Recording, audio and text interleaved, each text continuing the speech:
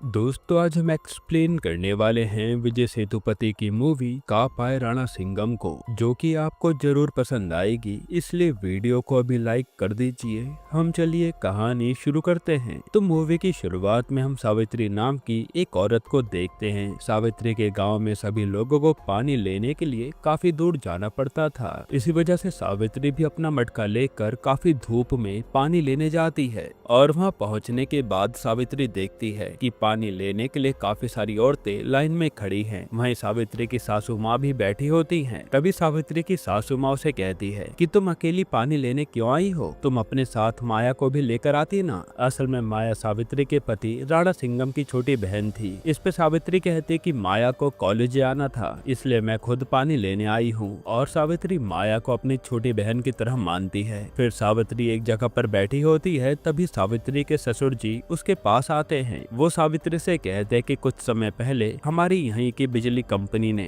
5 लोगों को काम से निकाल दिया है और वो लोग बस लोगों का फायदा उठाना जानते हैं। इस पे सावित्री कहती है कि अच्छा है आपका बेटा यहाँ पर नहीं है, वरना वो इसके खिलाफ भी आवाज जरूर उठाते। इससे हमें पता चलता है कि राणा सिंघम हमेशा गलत के खिलाफ आवाज उठाता था। फिर थोड़े टाइम बाद सावित्री घर पर आ जाती है और जब घर पर वो कुछ काम कर रही होती है, इतने में सावित्री देखती है कि माया किसी लड़के के साथ बातें करते हुए घर आ रही है, पर सावित्री माया से कुछ भी नहीं कहती। फिर सावित्री उसे बताती है कि तुम्हारे भैया ने सबके लिए दुबई से सामान भेजा है। ये सुनकर माया बहुत खुश हो जाती है और वो सारा सामान खोल खोल कर देखने लगती है। और माया ने अपने भाई से फोन मांगा था, लेकिन सावित्री कहते कि मैंने तुम्हारे भैया से फोन भेजने से मना कर दिया था, क्योंकि अभी तुम्हें अपनी पढ़ाई पर ध्यान देना चाहिए। ये सुनते ही माया गुस्सा हो जाती है। वो सावित्री से कहते कि आप सिर्फ इस घर की बहू हो और आपको मेरे मामले में उंगली करने की जरूरत नहीं है। माया की बातें सुनकर सावित्री को काफी दुख होता है। तभी सासू माँ सावित्री की इतनी बेइज्जती होता देखकर माया पर काफी चिल्लाती हैं और वो उससे कहती है कि तुम्हें अपनी भाभी को ये सब कहने का कोई हक नहीं है, तुम्हें उनसे माफी मांगनी चाहिए। तब माया भी चुपचाप माफी मांग लेती है। अब अगले दिन सावित्री की बेटी के कान छेदने की रस्म होती है, जहाँ गाँव वाले आए हुए थे। पर तभी एकदम से माया भागते हुए सभी के पास आती है और रोते हुए बताते कि राणा सिंघम भैया की मौत हो गई है। ये सुनते ही सावित्री के पैरों तले जमीन खिसक जाती है। इतने में ऑफिसर्स आकर उन्हें बताते हैं कि दुबई में राणा सिंघम ने अपनी कंपनी के खिलाफ आवाज उठाई थी। साथ ही राणा सिंघम उस कंपनी के खिलाफ धरना प्रदर्शन कर रहा था और वहीं दंगे में उसकी मौत हो गई। ये खबर सुनकर परिवार वाले बहुत ज्यादा रोने लगते हैं। फिर हमें राणा सिंघम के पास्ट के बारे में दिखाया जाता है। एक दिन गाँव में सभी लोग पानी के लिए हड़ताल कर रहे थे। उसी समय राणा सिंघम आकर सभी से कहता है कि हमें ऐसे हड़ताल करने के बदले सरकार से जाकर बात करनी चाहिए, जिससे हमारी पानी की समस्या खत्म हो सकती है। राणा सिंघम की बात मानकर गांव वाले पूरी तरह शांत हो जाते हैं और वहीं पहली बार सावित्री ने राणा सिंघम को देखा था। सावित्री को भी राणा सिंघम काफी दिमाग वाला इंसान लगता है। अगले दिन सावित्री के पापा कुछ काम से राणा सिंघम को अपने खेत पर बुलाते हैं। असल में राणा सिंघम के पास ऐसी शक्ति थी जिससे वो किसी भी खेत में पानी ढूंढ सकता था और सावित्री के पापा को कुआं बनाने के लिए राणा सिंघम की मदद चाहिए थी, लेकिन सावित्री को ये सब सिर्फ अंधविश्वास लगता है। फिर राणा सिंघम अपने हाथ में एक नारियल लेकर पूरे खेत में घूमता है और काफी टाइम बाद आखिरकार राणा सिंघम को पानी की जगह मिल जाती है। ये देखकर सावित्री के पापा बहुत खुश होते हैं कि चलो अब मैं यहीं पर कुआं खुदवाऊंगा। जिसके बाद रात के समय सभी गाँव वाले मिलकर मीटिंग कर रहे होते हैं। महाराणा सिंघम सभी से कहता है कि हमें सरकार से वाटर रिस्टोरेशन की मांग करनी चाहिए और नदियों के पानी से हम अपने खेतों को वापस से हरा भरा कर सकते हैं। लेकिन गांव वाले उसे ये कहकर मना कर देते हैं कि ये सब से कुछ भी नहीं होगा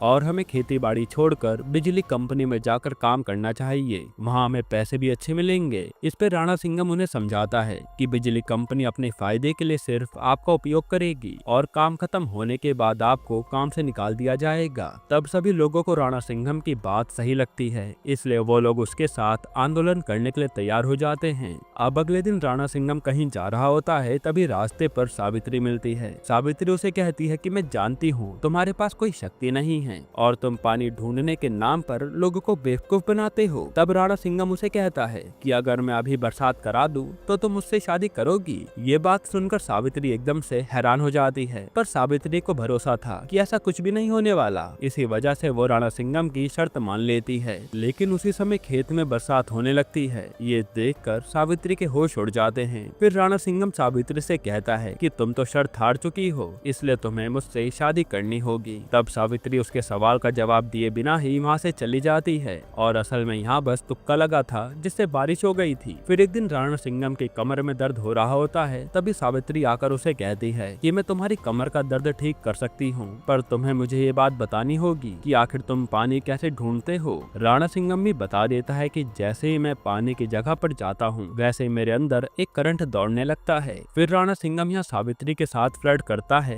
और सावित्री उसकी कमर दर्द ठीक कर देती है। अब एक सुबह सारे गांव वाले मिलकर रोड पर सरकार के खिलाफ धरना कर रहे थे और उनका लीडर था राणा सिंघम। फिर थोड़ी देर में कलेक्टर राणा सिंघम से आकर पूछता है कि आखिर तुम लोगों को क्या चाहिए। इस पर वो बताता है कि हमारे गांव में पानी नहीं है और हम लोगों को गांव में पानी चाहिए। तब कलेक्टर गांव वालों से वादा करता है कि मैं 2 महीनों के अंदर तुम्हारे गांव की समस्या दूर कर दूंगा, जो सुनकर गांव वाले खुश हो जाते हैं। इसके बाद राणा सिंघम अपने परिवार के साथ सावित्री के घर पर उसका हाथ मांगने जाता है और यहाँ हमें पता चलता है कि सावित्री भी मन ही मन राणा सिंघम से बहुत प्यार करती थी और अकेले में राणा सिंघम सावित्री से वादा करता है कि मैं जिंदगी भर तुम्हारा साथ दूंगा। तो सावित्री भी शादी के लिए तैयार हो जाती है। अब मूवी प्रेजेंट में आती है जहाँ राणा सिंघम के पापा के पास आमिर नाम का एक आदमी आता है। असल में आमिर ने ही राणा सिंघम को दुबई जाने में मदद की थी। आमिर उनसे कहता है कि अगर आपको राणा सिंघम का शव इंडिया में लाना है तो आपको काफी सारी परमिशन की जरूरत होगी, साथ ही आपको 3 लाख रुपए देने पड़ेंगे,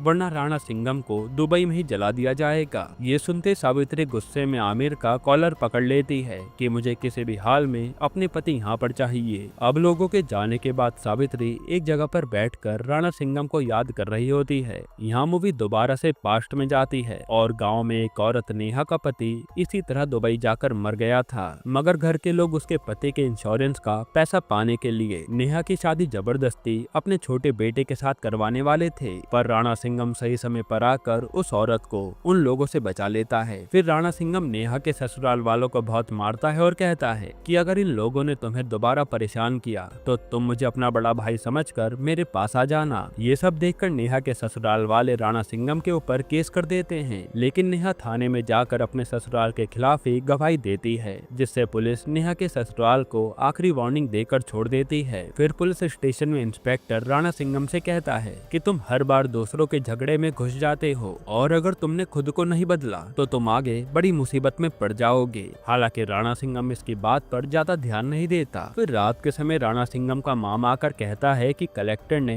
हमारे गांव में कर्फ्यू लगा दिया है और इसी वजह से हम घर से बाहर नहीं जा सकते। फिर जब ये बात गाँव वालों को पता चलती है तो वो लोग राणा सिंघम से कहते हैं कि हमें कोर्ट में जाकर सरकार के खिलाफ केस करना चाहिए। इस पे राणा सिंघम बताता है कि केस करने से कोई फायदा नहीं होता, क्योंकि हमारे देश में तो ऐसे लाखों केसेस पेंडिंग पड़े रहते हैं जिन पर कोई ध्यान भी नहीं देता, और मैं खुद जाकर कलेक्टर से बात करूंगा, आप सब चिंता मत कीजिए। वहीं राणा सिंघम और सावित्री की शादी भी होने वाली होती है, पर कर्फ्यू की वजह से उन दोनों को रात के टाइम में छुपकर शादी करनी पड़ती है। फिर शादी की अगली सुबह राणा सिंघम कलेक्टर से मिलने उसके ऑफिस जाता है। इस बार भी कलेक्टर राणा सिंघम से कहता है कि तुम टेंशन मत लो, मैं जल्दी गाँव के लिए कोई ना कोई हल निकालूंगा। फिर रात में राणा सिंघम और सावित्री एक साथ बैठे होते हैं। सावित्री उससे कहती है कि तुम कब तक गांव वालों के लिए ऐसे जियोगे और तुम्हें अपने परिवार के बारे में भी सोचना चाहिए। इस पे राणा सिंघम उससे वादा करता है कि मैं जरूर अपने परिवार के लिए काम करूंगा। अब प्रेजेंट में सावित्री और माया राणा सिंघम की लाश लेने के लिए डॉक्यूमेंट सबमिट करने जाते हैं, पर वहाँ एक गवर्नमेंट ऑफिसर सावित्री से कहते हैं कि तुम्हारे डॉक्यूमेंट्स में मैरिज सर्टिफिकेट नहीं है और उसके बिना राणा सिंघम की लाश इंडिया लाना मुश्किल है। साथ ही सावित्री के पास अपनी शादी की फोटोज भी नहीं थी, क्योंकि उन दोनों ने शादी बहुत जल्दी में करी थी। इसलिए वो ऑफिसर सावित्री को सबसे पहले मैरिज सर्टिफिकेट बनाने को कहता है। अब सावित्री और माया मैरिज सर्टिफिकेट बनाने के लिए अपने गांव के एक गवर्नमेंट ऑफिसर के पास जाते हैं, पर वो भी उन्हें ये कहकर मना कर देता है कि तुम्हारे पास शादी का कोई भी सबूत नहीं है,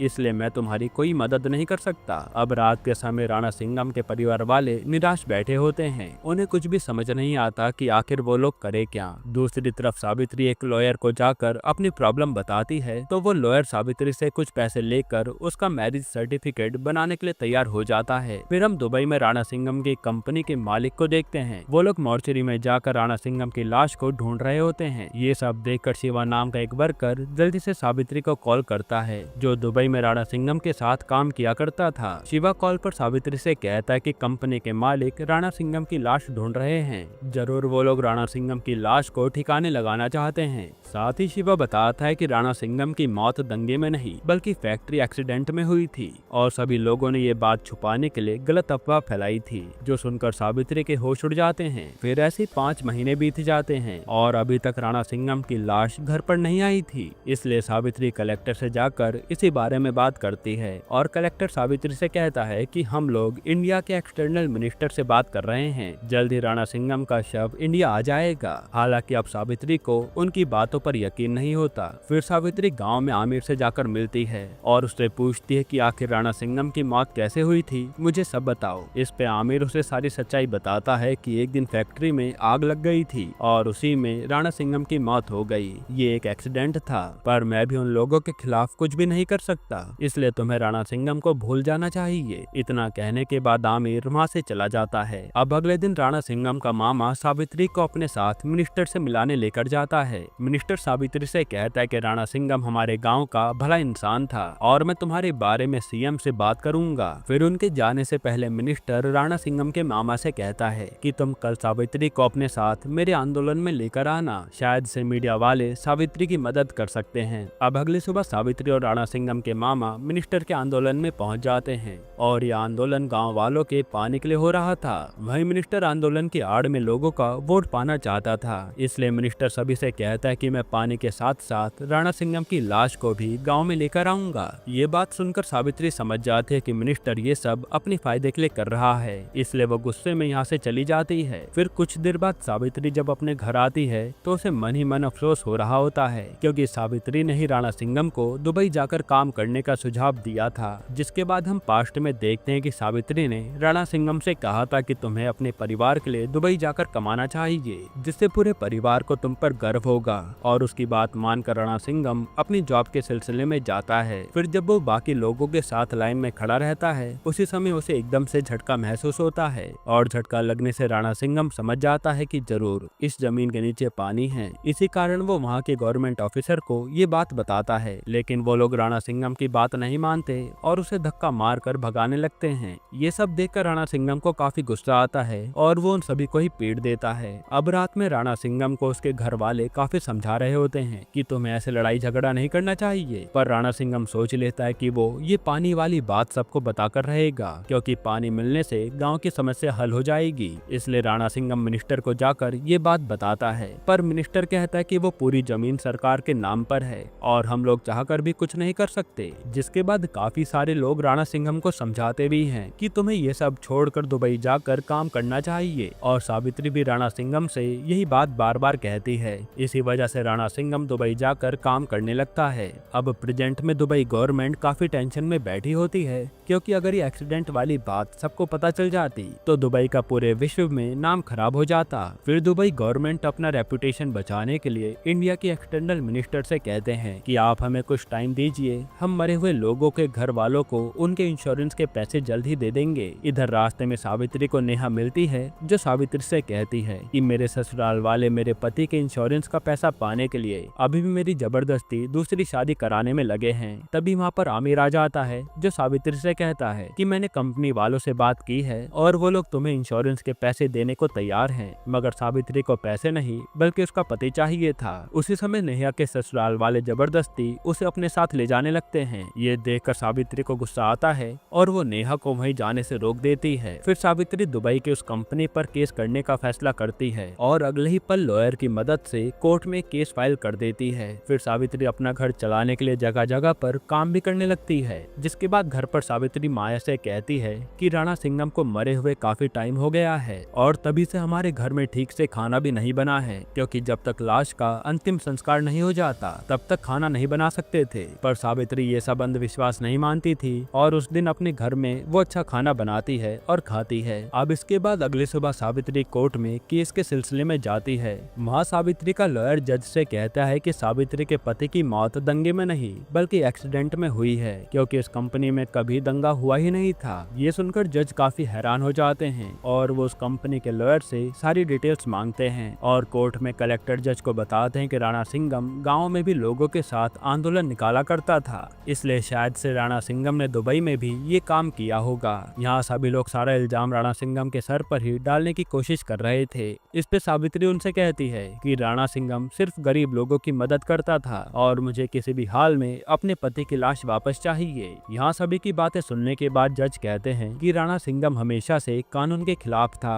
और राणा सिंघम की लाश लाने के लिए हमें पहले दुबई की गवर्नमेंट से परमिशन लेनी होगी, उसके बाद ही कुछ हो सकता है। ये सुनते सावित्री फौरन वहाँ से चली जाती है। अब अगले दिन सावित्री गुस्से में गांव के एक जंगल को जला देती है और जब कलेक्टर वहाँ आते हैं तो सावित्री उनसे कहती है कि अभी तक तो कानून के तरीके से मैं काम कर रही थी, मगर अब से आप लोगों को हर दिन एक जगह जलती हुई मिलेगी। इस पे कलेक्टर कहता है कि तुम्हें ये सब करके कुछ भी फायदा नहीं होगा और तुम ये सब सिर्फ अपने गुस्से की आड़ में कर रही हो, इसलिए तुम्हें ठीक से सोचना चाहिए। फिर नेहा भी सावित्री से कहती है कि तुम्हें हार नहीं माननी चाहिए। इतने में न्यूज में श्रीदेवी की मौत की खबर आती है और सावित्री भी सोच लेती कि वो चेन्नई जाकर सीएम से बात करेगी, इसलिए सावित्री अपनी बेटी को लेकर चेन्नई के लिए निकल जाती है। तभी सावित्री को वहाँ पर उसका स्कूल फ्रेंड गौतम मिलता है, जिसे सावित्री देखकर बहुत खुश होती है। यहाँ गौतम अपनी पत्नी के साथ फूल बेचने का काम करता था। जिसके बाद सावित्री गौतम के साथ एक गवर्नमेंट ऑफिस जाती है। वहाँ वो ऑफिसर से कहती है कि मुझे अपने पति के बारे में जानना है और मेरे पति की मौत एक एक्सीडेंट में हुई है। इस पे वो ऑफिसर उसे 1 महीने बाद आने को कहता है, जो सुनकर सावित्री को काफी गुस्सा आता है, पर वो उसे कुछ कहती नहीं। वही एक औरत सावित्री को एक जगह का एड्रेस देते हुए कहती है कि तुम अगर यहाँ जाओगी तो वो लोग तुम्हारे पति की लाश लाने में जरूर मदद करेंगे, लेकिन वहाँ जाने के बाद भी कोई फायदा नहीं होता। और रात में गौतम अपनी पत्नी को सावित्री की समस्या के बारे में बताता है,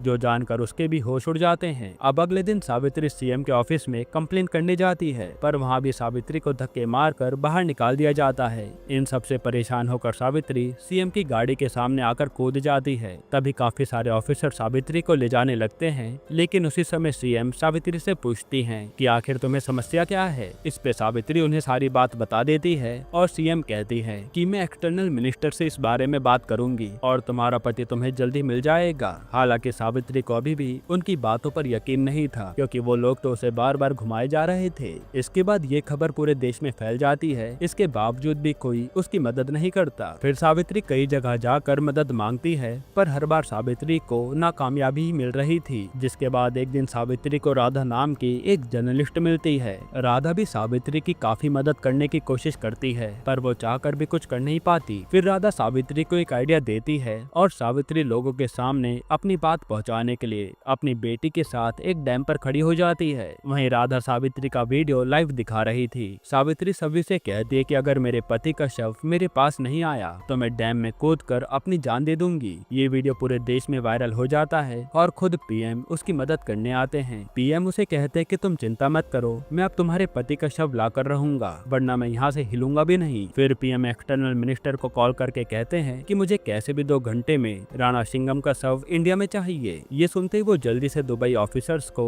राणा सिंघम का शव इंडिया पहुंचाने को कहते हैं और 2 घंटे में राणा सिंघम का शव इंडिया आ भी जाता है। जिसके बाद सावित्री अपने पति का शव लेकर गांव आ जाती है और राणा सिंघम के परिवार वाले अपने बेटे की हालत देखकर बहुत रोते हैं। फिर राणा सिंघम की लाश को जलाने से पहले आखिरी बार सावित्री उसका हाथ पकड़ती है। वहीं कलेक्टर भी लाश को कंफर्म करने के लिए उसके परिवार के सभी लोगों से साइन ले लेते हैं। तब आखिर में राणा सिंघम को जला दिया जाता है, पर सावित्री अभी भी काफी टेंशन में लग रही थी। फिर सावित्री अपने कमरे में जाकर रोने लगती है और राणा सिंघम की फोटो से कहती है कि मैं हार गई हूँ, मैं तुम्हारी लाश को वापस नहीं लेकर आ पाई। यहाँ हमें पता चलता है कि उन लोगों ने किसी दूसरे आदमी की लाश को सावित्री को दे दिया था, क्योंकि राणा सिंघम के हाथ पर उसका नाम लिखा था, जो बात सावित्री ने बाद में नोटिस करी थी। और अब वो इसी गिल्ट के साथ रहने लगती है कि वो अपने पति को वापस नहीं ला पाई। वहीं हम राणा सिंघम की लाश को समुद्र में तैरते हुए देखते हैं, जो शायद अब किसी को कभी मिलेगी भी नहीं। यहीं पर ये मूवी खत्म होती है। दोस्तों, आपको ये मूवी कैसी लगी हमें कमेंट में जरूर बताइएगा, और इसके अलावा आप कौन सी मूवी का एक्सप्लेनेशन चाहते हैं वो भी कमेंट कीजिएगा। बाकी अगर आपको हाल ही में आई एक कमाल की मूवी देखनी है तो आप ये वीडियो देख लीजिए।